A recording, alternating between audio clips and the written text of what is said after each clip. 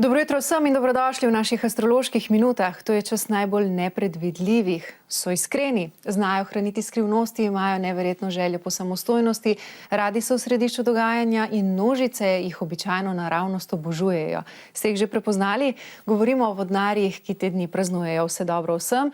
Z nami pa je to jutro predstavnica tega znamenja, novinarka in urednica kulturnih vsebin na Radiu Koper, Neva Zajc, in pa seveda naša astrologinja Gaja Asta. Dobro jutro in dobrodošli. Dobro jutro.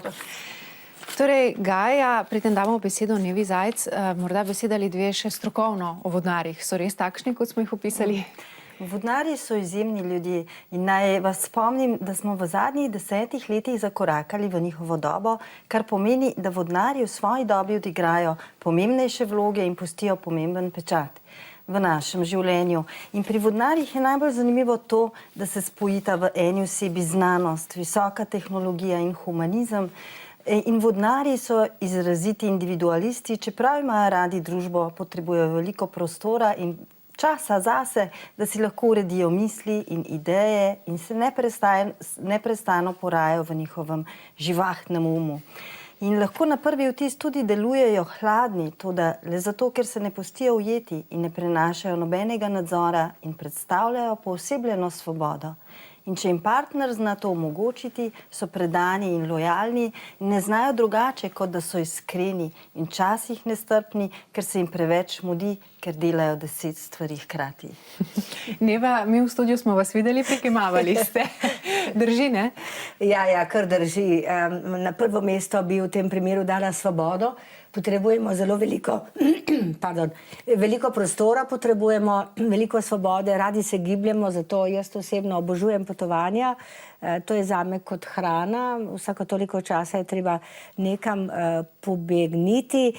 Pa ne samo zaradi tega, ker se je treba premikati, ampak zaradi tega, ker verjamem, da smo vodnarji zelo zvedavi, radovedni in da potrebujemo novosti. Rutina nas utruja, verjetno malček, počasi nam gre tudi na živce in zato potrebujemo spremembe. To se mi zdi. Kot nalož za poklic, ki ga upravljate, k temu se še vrnemo, da ne bi zanemarili naših gledalk in gledalcev. Povejmo še nekaj malega o tem, Gaja, kakšno obdobje je pred vodnarji in pravzaprav predvsem nami. Prav to, kot si želite, ne? To se pravi, leto sprememb je pred vami. Jupiter, to je planet, ki je, letos je Jupiterovo leto in Jupiter je v levu, v opoziciji na vaše sonce, tako da ravno včeraj v popolnosti obsijalo svojo luno, imeli smo ščip in v naših krajih je to tudi pokazalo na hujše vremensko dinamično dogajanje, intenziven čas. Za vodnarje pa je pač tako, da je leto sprememb. Pustimo si še vprašanje o tem, ali je že popustila tale polna luna. Za konec pa se za trenutek ustavimo pri tejle natalni karti. Nevi še ne bomo čestitali, kajti rojstni dan šele prihaja. Ta bo 8. februarja, kot nalašč ustvarjen za nekoga, ki se vse življenje intenzivno in posvečeno ukvarja s kulturo. Kaj pravijo zvezde? Je bilo to zapisano? Ja, karta je res čudovita. Kaže, da pač ste izjemno dobrega srca. Sonce, Jupiter in Venera so v vodnarju v 5. hiši. Zelo marljiva, usmerjena v delo in kariero. Ascendent tehtnica, vam daje tisto ljubkost. In jaz bi rekla tudi nek tak umetniški občutek za besede, za stvari. Mogoče na trenutke vam daje to tudi neke vrste neodločenost, kar za vodnarje sicer ni čisto značilna, ampak za tehtnice je, ascendent. Severni vozel v 7. hiši, to je tista življenjsko poslanstvo, kateremu se je treba obračati, je v ovnu, kar kaže čisto na svojo pot, ki bi jo radi pokazali tudi drugim. In to, da ste predana javnosti in to, da v bistvu tudi dobro delo upravljate, da se znate nekako povezati z direktorjem in zelo radi vas imajo v timu. S tem, da v bistvu morajo pričakovati, če ni glih v humanih vodah, če se ne gibljajo zgodbe, potem znate povedati svoje. kolegi bi temu mirno lahko pritrdili. Ampak Neva bo dodala svoje, ampak ima tudi eno posebno vprašanje, ko je ga omenjala potovanje ravno na to, ne? Ja, ne vem, nekaj projektov imamo letos v delu. Začeli smo ga minuli teden, če lahko omenim, z BBC-jem, kar pomeni, da je to seveda za nas, za ekipo, tim je delal to. Prav imate, ko rečete, zelo radi delamo v timu. Jaz osebno najraje, seveda iz tega naj bi se nekaj razvilo, tudi kakšna izmenjava in tudi kakšno potovanje nam kaže dobro. Ja. Zdaj, od maja naprej 2015 prihajajo večje spremembe. Vidi se tudi podpis dolgoročne pogodbe do konca leta 2015. Vidi se selitev in skoraj zagotovo bi lahko potrdila, da ta BBC uspe, ta projekt.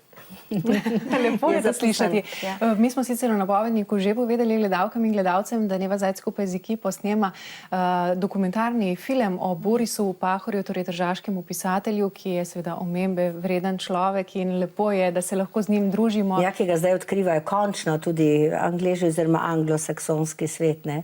In to je tudi zaradi Borisa Pahorja, se mi zdi to izjemno pomembno. Konec koncev zapisujemo spomine za to, da bodo ostali za nami. Neva morda pade tudi kakšna nagrada, mi vam to seveda želimo, to pa omenjamo zato, ker ste ravno včeraj na RTV-ju, znotraj RTV-ja prejeli nagrado za posebne dosežke